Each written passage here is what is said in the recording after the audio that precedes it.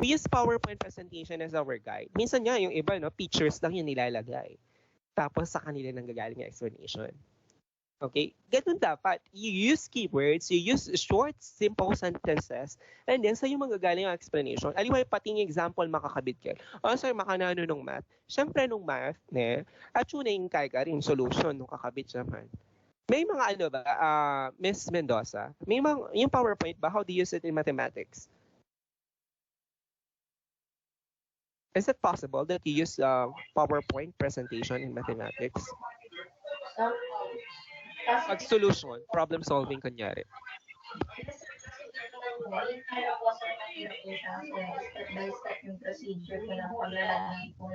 Okay. But still, if it's problem solving, must nagagamit pa rin ang chalk and board, no? Okay. Kaya naman, may nakikita rin akong PowerPoint presentation in mathematics. Itang magbabala rin sagot. Metong lalulwa. Kaso mo, itang mo pinmapagal kasi i-arrange meta per level, di ba? Pero yan, may major kong math. Okay. Ayoko sa yan. Pati kayo na elementary, turo kayo ng mga kasing math. Ako ligtas. Mas buri yan kasi general education. At ng science, math, English, mayakit. Hanggang no karinig kaya kayong kakayahan. Elementary teachers, si kayo ng jack of all trades. Nakaltay turo, aliliwang subjects na. Kaya ako makalunos, buri yan. Kaya ako malulunos kaya kayo. Choice yun yan. Wala naman siguro, mag-alam ko bang masaguli mo yung turo. Halin, mas masakit at yung kanyang pundasyon. Okay? At, yung garaganang subjects, ituro yun. Okay. Those are the strategies, okay, that we use. So again, do not bombard with too much elements. Yung sinabi nating elements, by the way, pati yung design, itang design kaya kayo materials. Kung nano man instructional material, please mo, focus on the content, not on the design. Baka naman mamaya, the design is more powerful than the content. Itang butterfly, sula-sula po ngayon na may pagaltok ng sula-sula po king slide. Ang gaking mayaring explanation, tok na nga nyo. Itang mo misa na sula po, okay na ita. Itang sinula po yan, nilipad siyang misad. Stop. Kasi if you will use those animations na alang patugot, deng anak, akakachula, sabay-sabay lang gagalaw buntok habang makaramdam kaya ka, lalo na yung butterfly. Latok ng net. Hanggat tutok lang yung butterfly, wala naman tok na. So, okay lang yung isang lipad lang na butterfly. Ang datang durot-durot, at yung bang makanyan, itang tok nang yung kain, durot-durot sa itang material king lala. Okay? Okay lang yung isang ikot or once in a while, pero itang hanggang mayari, hanggang matapos, ikot ng ikot, pinaikot-ikot na, they will not pay attention. We are talking about attention. Carefully analyze the attention demands of instruction. Okay?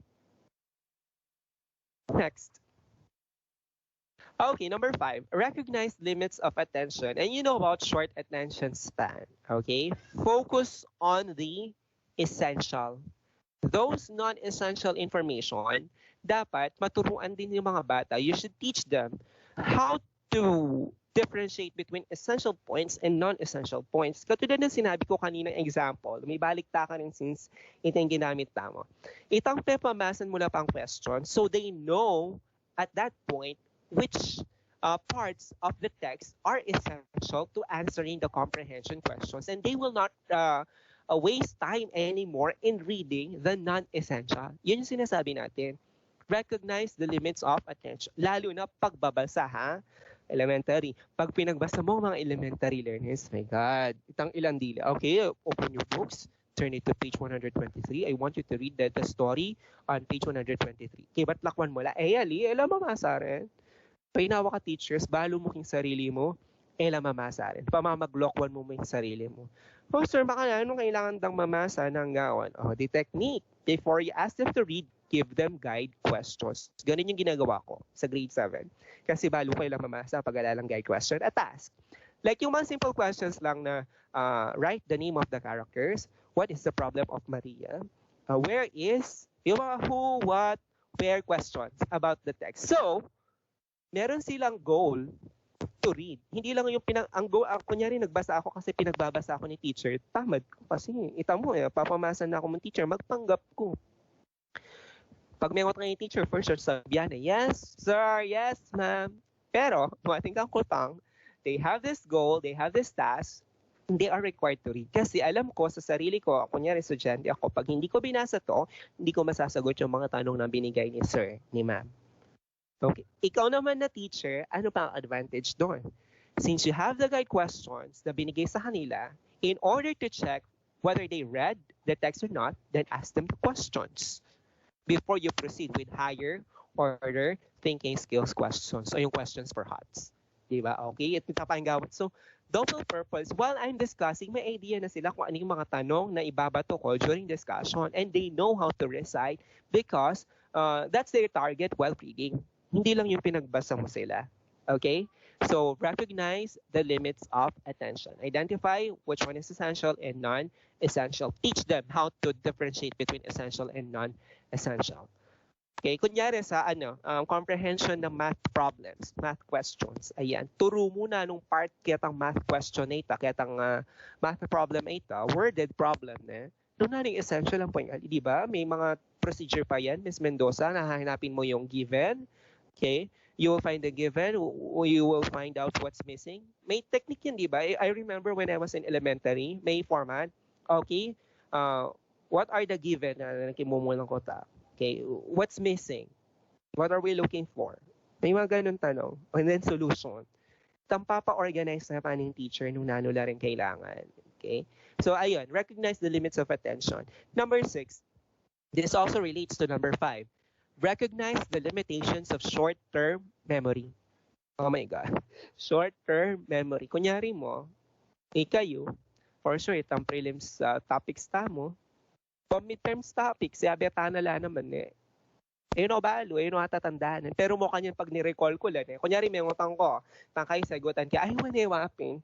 There's a recall in mind. Ganun tayo. That's how, yun yung short-term memory. Just for the sake of passing the exams, we use our short-term memory.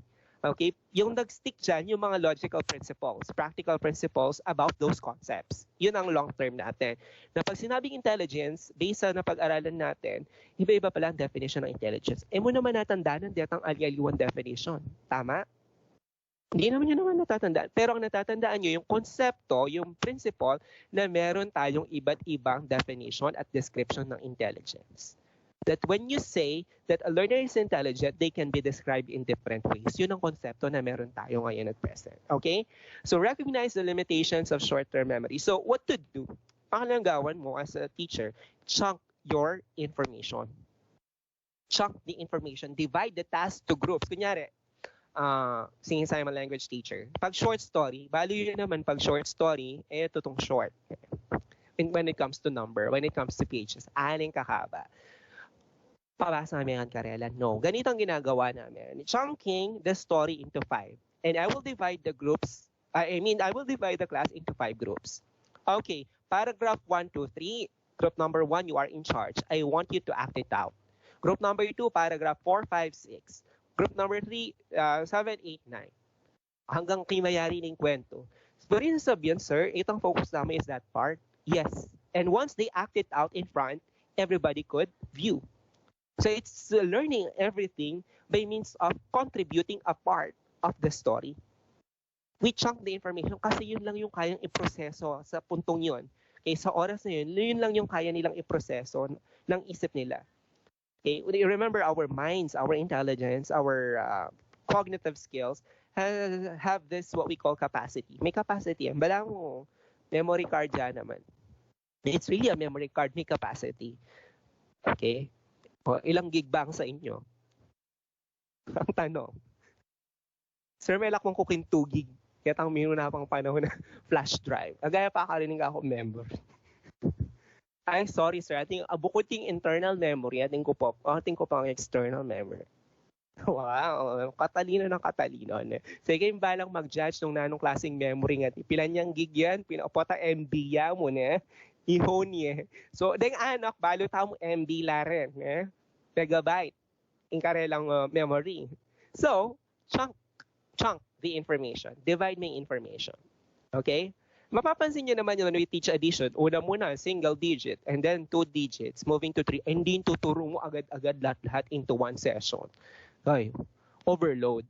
Okay, next, match encoding strategies with material to be learned. Example, when matching mnemonics, alam naman ng mnemonics, no?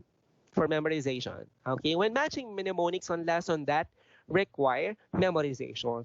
Baka mamaya, nagpagamit ka ng mnemonics, tapos yung lesson naman pala does not require memorization. Ang kailangan pala comprehension.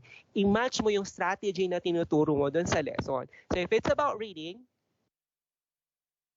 then teach them the comprehension techniques, yung skimming, scanning, answering comprehension questions, techniques in answering comprehension questions. Baka naman mamaya mnemonics ng okay, I want you to memorize the story. Huh? Memorize the story ka naman. Bakit? Naman lang. Sir, para antim siya ding story. Story yan, story yan. Wala mag-growth take ko kayo niya, pakisabi ako yung sarili mo. Atin kung, ano kayo na, actually, Casper, the friendly ghost. Sakit yung teacher niya, kasabi mo yung sarili mo, nang misa. Nang madalas pala, lalo na ng online session mo kanina. Ayun, yung mnemonics, hindi, imposible yun because it's about comprehension. Ang goal mo is comprehension and then mnemonics. Okay, sir, no ka rin niya gamitan ng mnemonics. Kunyari, king history, lumalta pa aking English, history. You are teaching about the different directions, north, west, east, south. At kailangan na nga tandaan yan. They need to remember this concept. So, sabihin mo rin, remember the word news. N-E-W-S. N for north, E for east, W for west, S for south. Again, what do you need to remember? To remember the 4 directions, news. Balo na kanta. North, east, west, south. And it requires memorization kaya ginamit kang mnemonics. Saliway ng hindi nagpapa-mnemonics ka na hindi naman kailangan. Sa mga formula, ayan sa mathematics, no? Pag tinuturuan natin ng formula, kailangan ng mnemonics. Emo comprehension yung kailangan yan. Kailangan talagang i-memorize. Kaya nga yung iba, di ba, pinapasulat pa sa index card para matandaan ng mga bata. And then sometimes during examination or quizzes, kung hindi naman pinamemorize, pinapatingan yung ating index card. Kasi naman, in real life, pwede naman talagang mag-research, di ba? Pwede naman tumingin sa notes in real life. Why deprive? Okay? So that's what we mean. Though there are other teachers na pinapamemorize, good. Okay? Kaya lang kung short term lang yan, for short term lang nila matatandaan, I think it's useless. Okay? Dapat give them the freedom. Minsan kasi may mga formula tayo, no? May mga formula tayo sa books. Tapos yung bata makaka-discover ng sarili niyang formula. That's possible. And when you limit them in this kind of formula, okay, na ito ang formula for blah, blah, blah. It's like limiting them to discover other ways to solve the problem. At merong ibang paraan to solve the problem.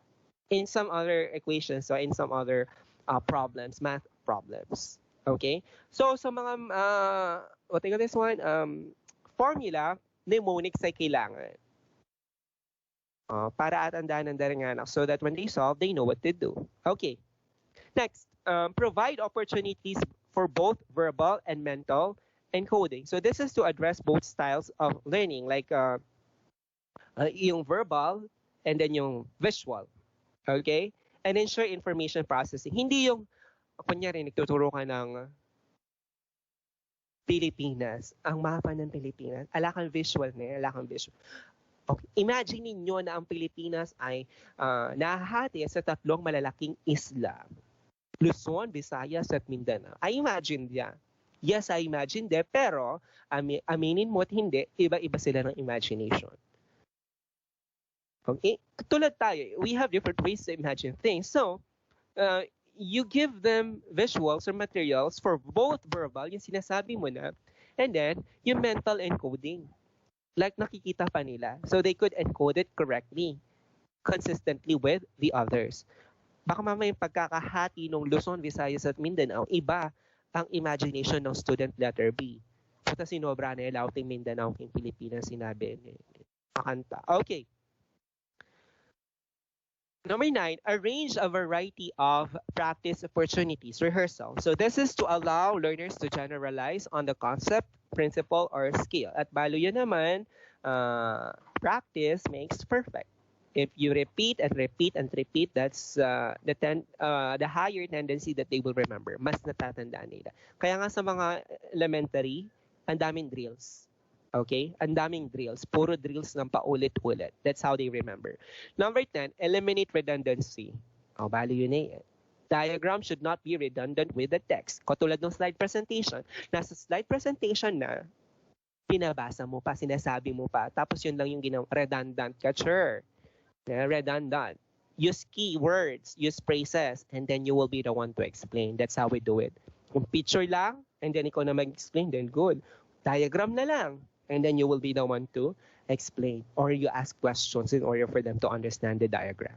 Number 11, help learners become self-regulated. You assist students or learners in selecting correct strategies as summarizing, note-taking, and questioning. Because if they know how to summarize, if they know how to take notes, if they know how to question, then they become self-regulated. They can control their own learning. Turuan natin sila ng mga strategies nito. Hindi lahat pinipid natin. Kaya nga sinabi ko sa inyo, I told you that when you hone their metacognitive skills, you already achieve your purpose as a teacher because you already taught them the ability to learn. Implication of cognitive theories on teaching and learning. It is important for teachers to develop highest possible limit in the cognitive. Ayan highest possible limit. Highest possible limit. Todo to the maximum. Kaya yung mga tanungan natin dito, di ba? Tinatawag ko kayo. Tapos may mga pa-activity pa tayo sa module, may pa-activity pa tayo sa MS Teams, may pa-exam pa tayo, may quiz. Minsan, may papawas ko ang butil-butil ka rin kutang Ngaliwa, mag-LBM lang bagya. That's our task because we want to push these learners to their limits. Hindi yung tatanong mo kung anong alam nila. Tapos nasagot nila, no? Niloloko mo yung sarili mo. Sir, sagot na naman yung kutak. Makanan, syempre, kita mo baludan O 1 month po niyan tuturo yung single digit addition de pawari balo. Grade 6 na la rin single digit addition la pare. Total mag-recite na kasi very simple kwa. Push them to their limits. Yung one higher level to what they know. Yun yung lagi yung challenging na sinasabi natin. It should be one higher level to what they already know. Still within their limits. It's within the boundary. Okay. This could be best achieved by, o nigawan nyo, applying classroom techniques toward this objective. Okay? What are these classroom techniques? First, you emphasize on active involvement of learner. Okay. Kailangan pa bang ipaliwanag yan? Kaya ang sinasabi ko sa inyo, laging magtanong. So they are involved. Hindi yung ikaw lahat. Ang teacher na madaming tanong, yun ang teacher na magaling. Yun ang teacher na creative. Ang teacher na maraming sagot, dalawa lang yan. It's either matalino talaga siya or tamad nang magturo. Kaya sinasagot na yung tanong agad-agad. Okay, next, involvement of metacognitive training. Those strategies na tinuro natin kanina, yung different techniques on how to develop metacognitive learning, involve that. Usage of hierarchical analysis to identify and illustrate prerequisite relationships. When I say hierarchical analysis, like you start from simple moving to complex. One good example is the use of prior knowledge. Ayan. Illustrate prerequisite relationships. Before you ask them this problem, you ask them to solve this problem, give them the necessary skills. Okay? Emphasis on structuring, organizing, and sequencing information. Alam nyo na yan. When you do your plan, saan na bang course ito? Curriculum development. Nakuha na? Curriculum development course, yung subject. Hindi pa? Hindi pa nakuha ang curriculum? Hindi pa po, sir. Hindi pa, okay. O siya. Yeah, in the future, ako may gagana, acquire rin yun. Ako lulungkot. Doon sa course na yun, tinuro kung paano i-sequence yung sa lesson plan. It's about lesson planning kasi. Kaya ang curriculum development. It's about lesson planning. How to plan for a lesson, how to implement it, how to assess it. Now in there, you will be taught on the different techniques on how we arrange information. Like, kunyari sa pera, tinuturo mo ay currency. Anong umpisa? Anong una? Siyempre, ituro mo yung familiar sila. Peso. Before moving to dollars, to dinar, or to yen. So, yung sequence nun is familiarity. Meron naman yung from simple to complex. Meron naman in terms of chronological sequence. Kunyari, President of the Philippines, sinong unang tinuturo? Siyempre, itang minuna. Okay? Or pwede mo ring unahin, as example, yung presidente at present, and then going back to the past.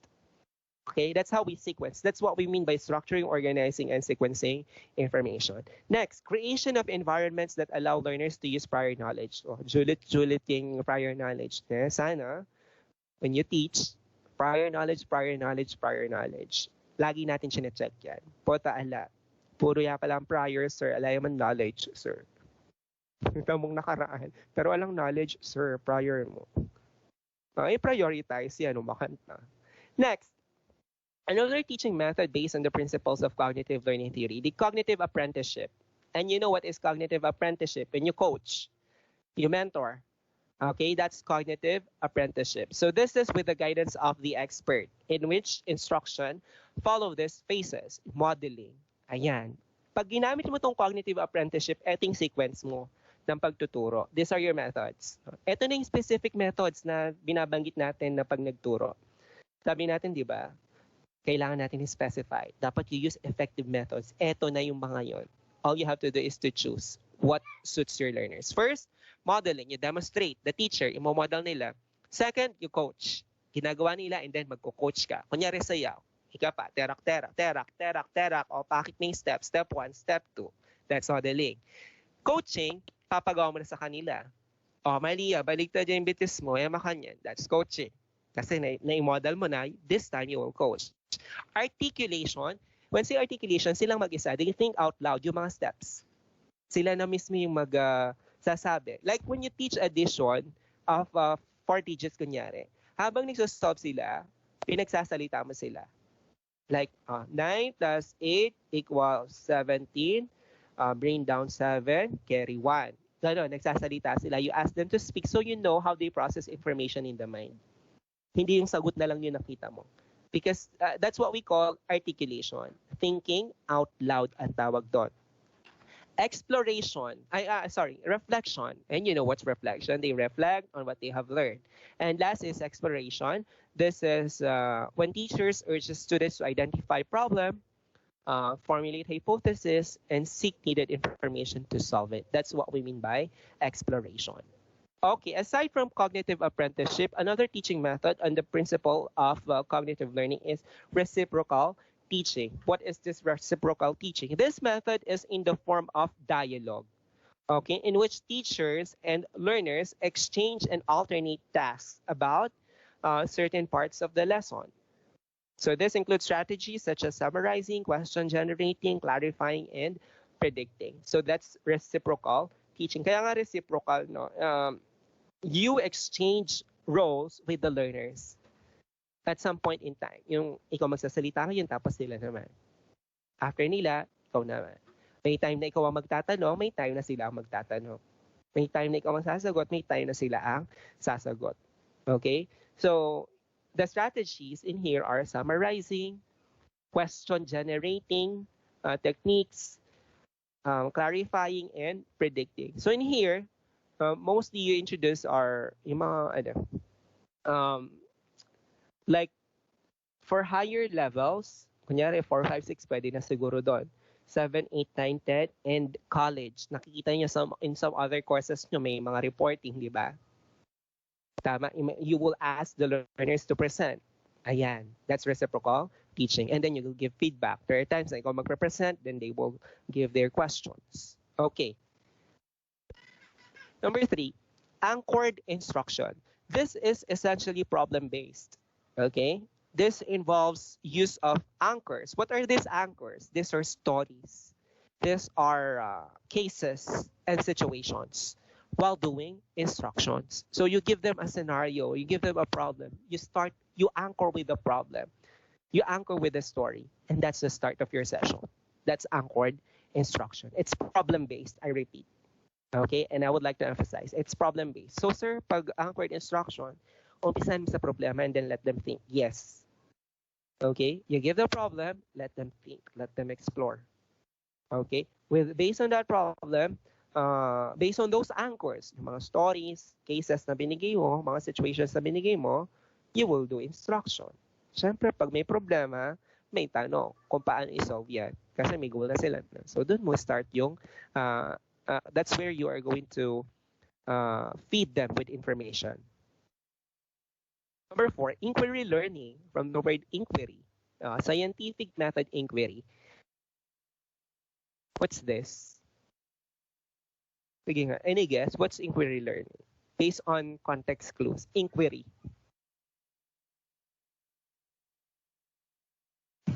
Sir, try ko po. Yeah, huwag mo na i-try. Sige mo na. Ano po, sir, yung feeling ko po, yung inquiry, yung yung nagtatanong po. Okay, tama. Okay, tama ang feeling mo. Okay. Well, thank you. Buti naman tumama yung feelings ko kasi for the past few years, laging mali yung feelings ko. Okay, that's right. Add more? Wala na po, sir. Okay, that's correct. That's the scientific inquiry method. Ano yung scientific inquiry method, di ba? We formulate, we investigate on an issue. Una nating gagawin ay magtanong. Yes, Based sir. on the question, we create hypothesis. And then you find solution. Ganun siya, the scientific method. I repeat, problem, investigate on an issue by means of formulating a hypothesis and then testing your hypothesis and then find solutions. Okay, that's the inquiry method. So, sir, parang pareho siya nung number 3. It resembles with anchored instruction, but I repeat, when we say anchored instruction, ang focus na is story, cases, and situations. And like here, tanong kasi ng tanong. Okay, these are questions, specific questions. Kumbaga, if you know Socratic method, okay, na pinag-aralan natin last time, yung Socratic method, di ba? Ayan, natututo tayo sa Alam niyo yung kwento ng Socratic method? Kung bakit siya tinawag na Socratic method? Hindi. Papakibalbon niya. Lata ng time, ako nakakwento niya kasi achuta na king last life. Alam niyo, and it relates really to Socrates at yung estudyante niya. Kaya tinawag yun na Socratic method. Okay? Ang gandang kwento nun. Na-inspire ako dun sa kwento. I-research niya. Alata na mong time niya ako nakwento kasi makaba ang kwento ito. Okay.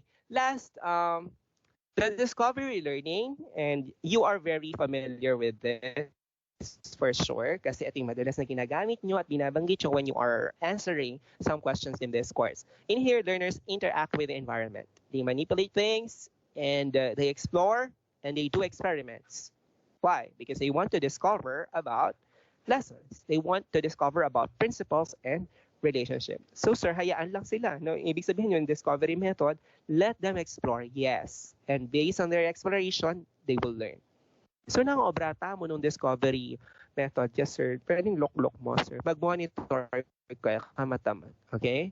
Make sure na explore that yung fucking lesson nyo. Pota yung explore dahil liwana. Aliwa ng exploration. May mag-explore ng Pacific Ocean. Hindi pala.